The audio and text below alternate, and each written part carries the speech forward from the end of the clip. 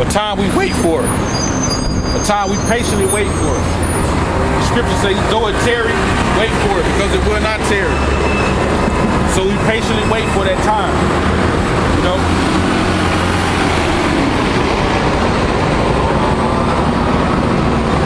Verse 15.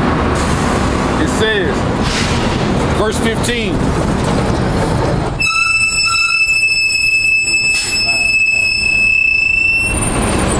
It says, verse 15, out of his mouth goeth a sharp sword, that with it he shall smite the nations, right? So that smite the nations, man. He gonna have full power, that sword, you know? And he gonna use it. You know? Strict execution and justice. We about to brought on Esau. You know, I was trying the angels, man. And the elect men who have spiritual powers. It says, and out of his mouth goeth a sharp sword, that which he shall smite the nations, and he shall rule over them with a rod of iron. When you rule something, you chastise it. Punish it.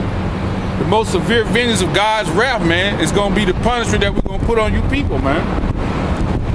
You know, it's going to be an everlasting destruction. Because once you work for 1,000 years, we have you in slavery, we're going to get rid of you, man. We're going to dig a pit and put you in it, and fire, we're going to burn you up. Edomites, man. So it's going to be a severe, everlasting destruction on you, man.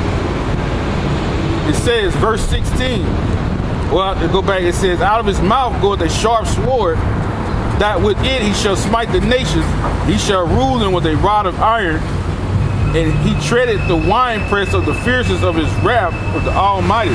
He treaded the winepress, man. When you tread a winepress, you stomp the grapes, man. When you stomp grapes, what?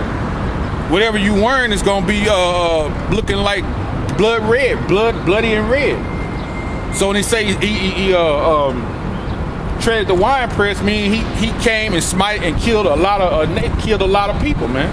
It's a lot of bloodshed that the Lord Yahweh Shai is going to exude when he come back to this world, man. You don't want to be on the wrong side, man. You want to get into these scriptures, man. You want to open and lay it out and read it. You want to meditate on this road, man. You want to take it to memory and have faith, man. Above all, man, have your faith strong, man. You know, because you don't want to get caught on the other side, man. Because it's gonna be plenty death, man, on the other side, man. This is verse 16, and he have on his vesture and on his high thigh a name written, King of Kings and Lords of Lords, signifying that he was the possessor of a just domain, man, over all the princes and the kingdoms of the earth. Verse 17, and I saw an angel standing in the sun, and he cried with a loud voice, saying to all the fowls that fly in the midst of heaven, come and gather yourselves together unto the supper of the great power. So the voice of the angels inviting birds to the slain carcasses, man, you know, as a great feast, you know, which the vengeance of the Lord provided for them. You know, it says, verse 18, that ye may eat the flesh of kings, and the flesh of captains, and the flesh of mighty men, and the flesh of horses, and all of them that sit on them, and the flesh of all men, both free and bond, both small and great. So it's going to be a lot of killing. The Lord is no respecter of person, so when it's time for the killing, the Lord going to be killing. He's going to be killing everybody who's not part of that elect, man. The fowls are going to be able to feast on it, you know?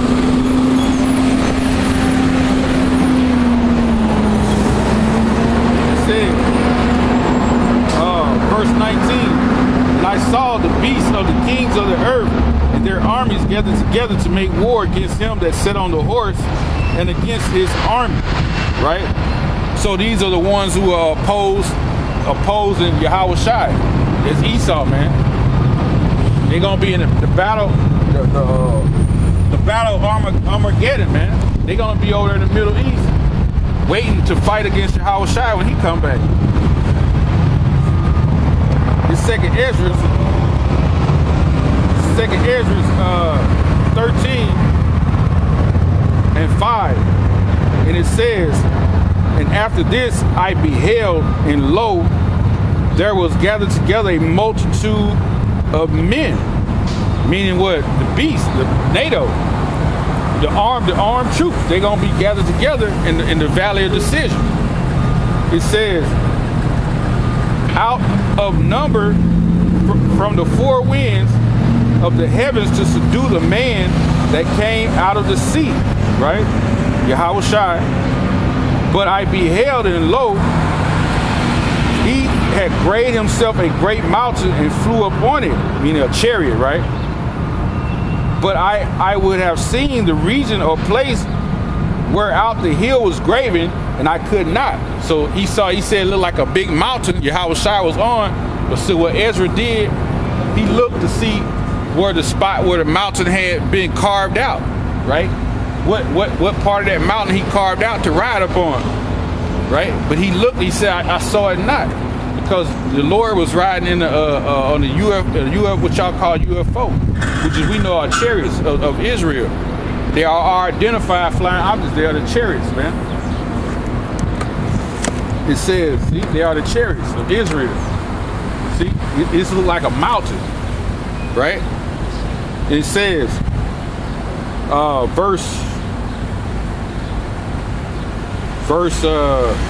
but 7 again. But I would have seen the region or place whereout the hill was graven, and I could not. And after this I beheld, and lo, all they that were gathered together to subdue him were sore afraid, and yet there's fight. So they're gonna be fighting amongst each other, and they're gonna turn around and fight against, when they see all these chariots in the sky.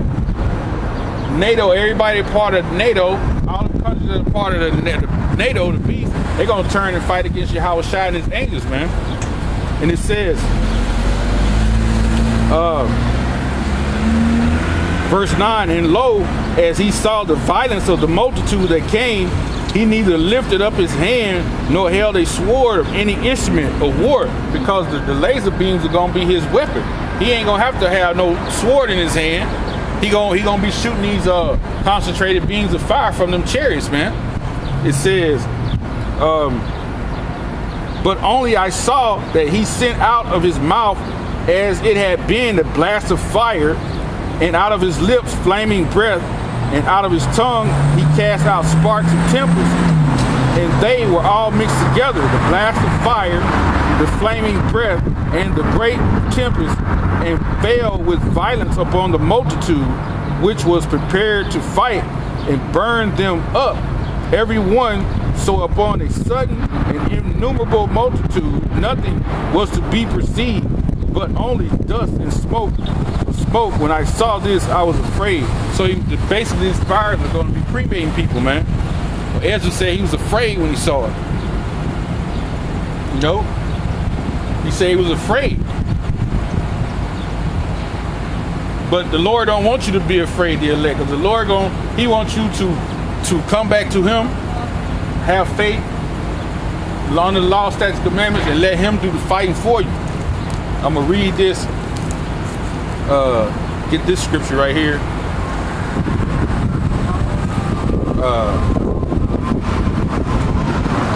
Deuteronomy 20:1.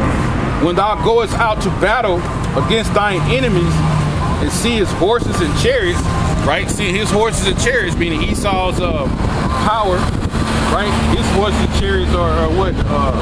These martial law troops, right? When it goes out to battle, he is the enemy.